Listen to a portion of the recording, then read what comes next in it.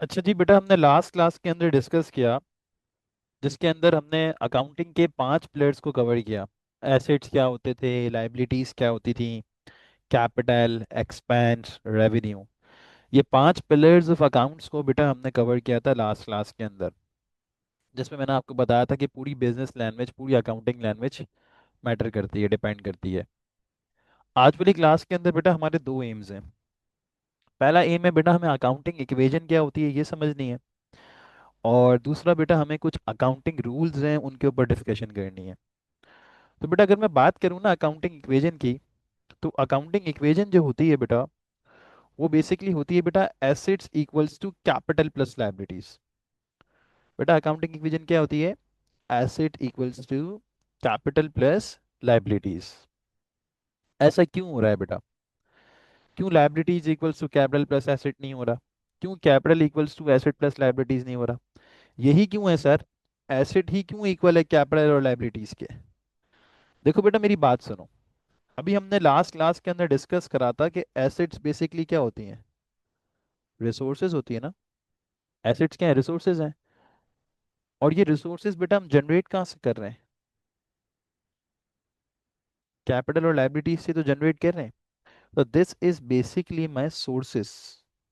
और ये source generate कहाँ से हो रही है बेटा? ये सोर्सेज बेटा बेसिकली क्या जनरेट करके दे रही हैं? ये रिसोर्सेज जनरेट करके दे रही हैं। ऐसा ही है।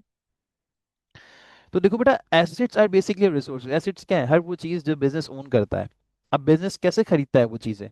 या तो अपनी इन्वेस्टमेंट मनी से वो चीज़ें खरीदता है, यानी कि कैपिटल से खरीदता है, राइट। और अगर बिजनेस के पास पैसा नहीं है और अगर उनको कोई चीज़ खरीदनी है, तो वो बिजनेस उधार पे खरीदता है। तो बेसिकली लाइबिलिटीज से वो चीज़ आती है। तो एसेट्स आर बेसिकली रिसोर्सेस। और बेटे ये रिसोर्सेस आ कहाँ से रही है? इन सोर्सेस से आ रही है। सो दैट्स व्हाई बेटा अकाउंटिंग इक्वेशन क्या बनी कि assets are equals to capital plus liabilities.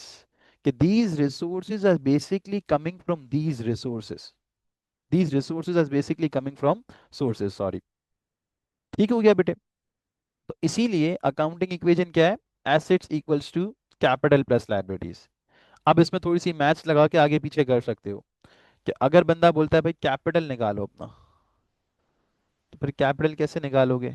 ये चीज़ यहाँ प्लस हो रही है, यहाँ जाके माइनस हो जाएगी। अब इतनी तो मैथ्स आनी चाहिए। तो कैपिटल बेटा हमारे पास क्या आ जाएगा?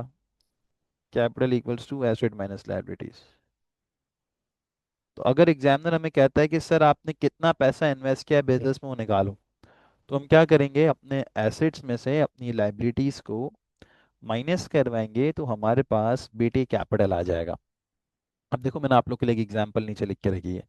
लेट्स अज्यूम मेरा एक बिजनेस है, उसमें मोटर वैन है बेटा, हमने खरीदी है $4,000 की। एसेट है ना मेरे मोटर वैन। मेरे पास ऑफिस इक्विपमेंट्स हैं 2,000 के, अगेन ये भी मेरे एसेट्स हैं। फिर मेरे ट्रेड रिसीवेबल्स हैं 4,000 के। ट्रेड रिसीवेबल्स भी एसेट होते थे। थोड़ा सा रिकैप कराऊं तो ट्रेड रिसीवेबल्स कौन होते थे? वो लोग होते थे जिनको मैंने गुड्स उधार पे बेचे होते थे और जिनसे मुझे पैसे लेने होते थे। Basically our credit customers are trade receivables. और मैंने कोई जवाद नाम के बंदे से लोन लिया है, कितने का? $1,000 का। अगर मैंने लोन लिया है तो दिस इज माई लाइबिलिटी। अब एग्जामिनर की बेटा रिक्वायरमेंट क्या है? बेटा एग्जामिनर की रिक्वायरमेंट है कि आप कैपिटल निकाल के दिखाओ। बेटे अगर मुझे कैपिटल निकालना है तो मैं कैसे निकालूंगा? एसेट्स में से लाइबिलिटीज को माइनस करूंगा। तो बेटा मोटर वैन मेरा एसेट है, ऑफिस इक्विपमेंट्स भी बेटा मेरे एसेट्स हैं, और ट्रेड रिसीवेबल्स भी बेटा मेरे एसेट्स हैं। तो बेटा मेरे टोटल एसेट्स कितने हो गए? 10,000, राइट। अब फॉर्मूला क्या है? Assets minus liabilities. बेटा लाइबिलिटी एक ही है, लोन जो मैंने लिया है जवाद से $1,000 का। सो बेटा मेरी कैपिटल कितना आ गया? 9,000। तो बेटा अगेन ये कैपिटल मैंने कैसे निकाला? मैंने अपने टोटल एसेट्स में से लाइबिलिटीज को माइनस कर दिया। और ऐसा क्यों करा? बिकॉज हमने अभी पीछे ही अकाउंटिंग इक्वेशन सीखी। अकाउंटिंग इक्वेशन क्या है? कि आपके टोटल एसेट्स आपकी कैपिटल और लाइबिलिटीज के इक्वल होने चाहिए। बेसिकली आपकी जो रिसोर्सेज हैं, ये किन सोर्सेज से आ रही है? इन सोर्सेज से आ रही है। तो ये था बेटा आपका छोटा सा अकाउंटिंग इक्वेशन का कॉन्सेप्ट। बहुत आसान सा कॉन्सेप्ट है। तो अगर बिजनेस कोई भी आपको एग्जामिनर कहता है कि आप अपने बिजनेस का कैपिटल निकालो, तो आप अपना कैपिटल बेटे कैसे निकालेंगे? अपने एसेट्स में से लाइबिलिटीज को माइनस करवा के। तो ये थी बेटा सिंपल सी कहानी। अच्छा, अब बेटा अगर मैं आगे चलता हूँ, जो अगला कॉन्सेप्ट है वो है बेटा बेसिकली कुछ अकाउंटिंग रूल्स हैं। देखो बेटा, अभी हमने पढ़ा ना कि asset, liability, capital, expense, revenue क्या होता है। फिर हमने अकाउंटिंग इक्वेशन पढ़ी। अब बेटा होता क्या है कि जब बिजनेस में कोई ना कोई ट्रांजैक्शन होती है ना, बेसिकली जब कोई एक्टिविटी होती है, जब कोई ट्रांजैक्शन होती है, तो वो हमेशा बेटा इन पांच चीजों को अफेक्ट करती है। या तो एसेट्स अफेक्ट होंगे, या लाइबिलिटी, या कैपिटल, या एक्सपेंस, या रेवेन्यू। या तो वो इंक्रीज होंगे या तो वो डिक्रीज होंगे। तो हमेशा इन पांच चीजों पे अफेक्ट आता है। जब बेटा इन पांच चीजों पे अफेक्ट आता है ना, तो हमें कहीं ना कहीं इसको रिकॉर्ड करना पड़ता है। कि अगर एसिड्स बढ़ रहे हैं तो मुझे लिखना पड़ता है कि भाई एसिड्स बढ़ रहे हैं, या एसिड्स कम हो रहे हैं तो मुझे लिखना पड़ता है भाई एसिड्स कम हो रहे हैं। लेकिन अब मैं अपनी बुक्स में ये तो नहीं लिखूंगा ना कि एसिड्स बढ़ रहे हैं। ये लिखने में से अजीब सा लगेगा ना बेटा, ऐसा ही है ना। तो इसीलिए बेटा इन्हीं बेसिस पे अकाउंटिंग रूल्स आए। क्या रूल्स आए? कि भाई जब भी कोई भी ट्रांजैक्शन इन पांच पिलर्स को अफेक्ट करेगी ना, तो उसको बेटा हम हमेशा टी अकाउंट में रिकॉर्ड करेंगे। किस में रिकॉर्ड करेंगे बेटे? टी अकाउंट में। Now what is T account? T account is basically just a normal T जो मैंने बनाया। तो जब मैंने टी अकाउंट बनाया ना, तो बेसिकली इधर दो साइड्स बन गई हैं। एक बन गई है बेटा लेफ्ट हैंड साइड, और एक बेटा बन गई है राइट हैंड साइड। बेटा left hand side is basically your debit side, and right hand side is basically considered as credit side. तो बेटे हमने क्या करा, हमने जो है ये रूल बनाया कि अकाउंट्स के अंदर जब भी कोई ट्रांजैक्शन अकाउंटिंग पिलर्स को अफेक्ट करेगी ना, तो उसको हम टी अकाउंट में रिकॉर्ड करेंगे। टी अकाउंट में दो साइड्स थी, लेफ्ट हैंड और राइट हैंड। अब अगर एसेट बढ़ रहा है और मैं कहता हूँ एसेट बढ़ रहा है, तो लेफ्ट हैंड साइड पे रिकॉर्ड होना चाहिए, तो अगेन ये अजीब सा लग रहा था। तो इसलिए हमने क्या करा, हमने इन साइड्स के नाम रख दिए। लेफ्ट हैंड साइड का हमने नाम रखा है डेबिट साइड, और राइट हैंड साइड का बेटा हमने नाम रखा है क्रेडिट साइड। ठीक हो गया। तो अब देखो बेटा सीन क्या है। अब इन्हीं बेसिस पे हमने रूल्स बनाए। क्या रूल्स बनाए? ये आप लोग को थोड़े से बेटा याद करने पड़ेंगे कि एसेट्स एंड एक्सपेंस, ये दो चीजें बेटे जब भी बढ़ेंगी ना, जब भी इंक्रीज होंगी, तो हमेशा बेटा हम डेबिट साइड पे रिकॉर्ड करेंगे। किधर रिकॉर्ड करेंगे बेटे? डेबिट साइड पे। और जब भी ये डिक्रीज होंगी तो बेटा हमेशा कहाँ रिकॉर्ड करेंगे? क्रेडिट साइड पे रिकॉर्ड करेंगे। अब देखो, अगर मैं ये लिखता कि एसिड्स जब भी बढ़ेंगे तो लेफ्ट हैंड साइड पे लिखना है, अजीब सा लगता है ना। इसलिए हमने नाम रख दिए, लेफ्ट हैंड साइड का डेबिट और राइट हैंड साइड का credit. Similarly, similarly liability, capital and revenue which was our income, इनमें बेटा वाइस वर्सा है।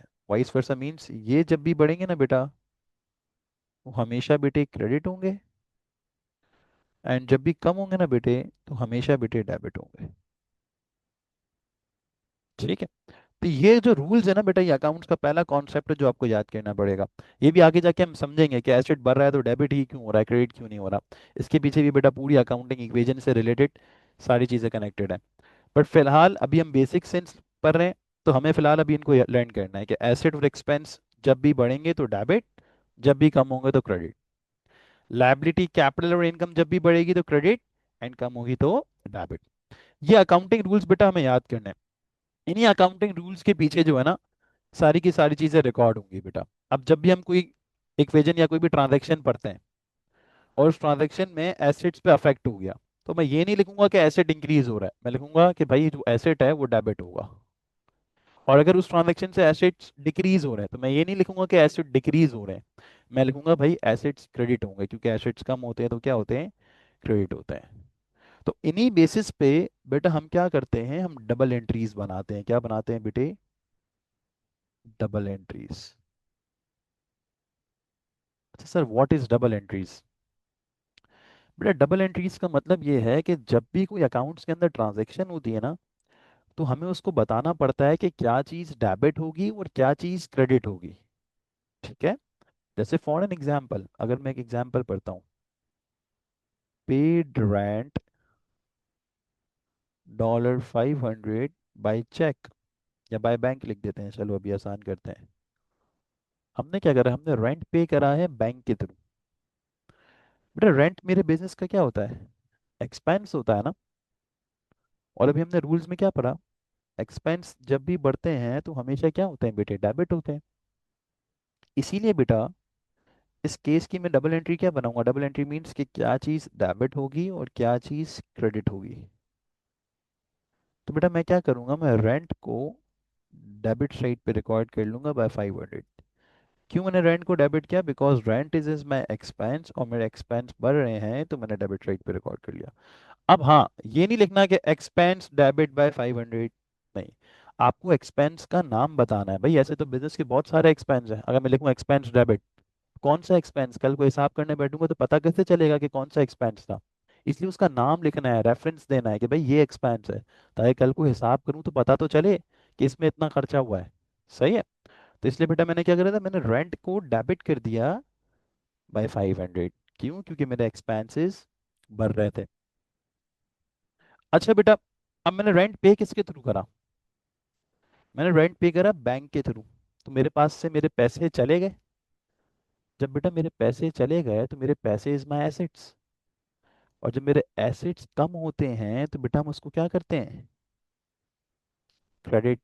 तो मेरे जब बैंक से पैसा चला गया तो बेटा मैंने बैंक को क्या कर दिया, क्रेडिट कर दिया। क्यों क्रेडिट करा, बिकॉज मेरे एसेट्स कम हो रहे हैं। अब अगेन ये नहीं लिखना कि एसेट्स कम हो रहे हैं तो एसेट्स क्रेडिट बाय 500, कौन से एसेट, इसने नाम बताना है कि भाई बैंक क्रेडिट हुआ है बाय 500। सही है। तो डबल एंट्री क्या होती है, डबल एंट्री का रूल होता है कि जब भी कोई अकाउंट्स के अंदर ट्रांजैक्शन होगी ना, तो हमेशा उसमें डेबिट और क्रेडिट पे अफेक्ट आएगा। तो आपको ये बताना होता है उसमें कि क्या चीज़ डेबिट होगी और क्या चीज़ क्रेडिट होगी। तो डबल एंट्री का रूल क्या है कि हमेशा अगर एक चीज़ डेबिट हो रही है ना, तो दूसरी चीज़ क्रेडिट होगी विद द सेम अमाउंट। देखो इधर रेंट डेबिट हुआ ना, तो बैंक भी क्रेडिट हुआ विद द सेम अमाउंट। ये डबल एंट्री का रूल है। ठीक है भैया, इस डबल एंट्री को बेसिकली जर्नल एंट्री भी कहते हैं। तो अब अगली क्लास के अंदर बेटा हम क्या करेंगे, हम इसमें इसी रूल्स के मुताबिक बहुत सारी जर्नल एंट्रीज बनाएंगे, ताकि हमारी डबल एंट्रीज का कॉन्सेप्ट और फर्दर क्लियर हो जाए। फिर आगे T accounts and then so on पढ़ेंगे इंशाल्लाह। ठीक है भाई, तो इंशाल्लाह मिलते हैं फिर अगली क्लास में। टेक केयर, अल्लाह हाफिज़।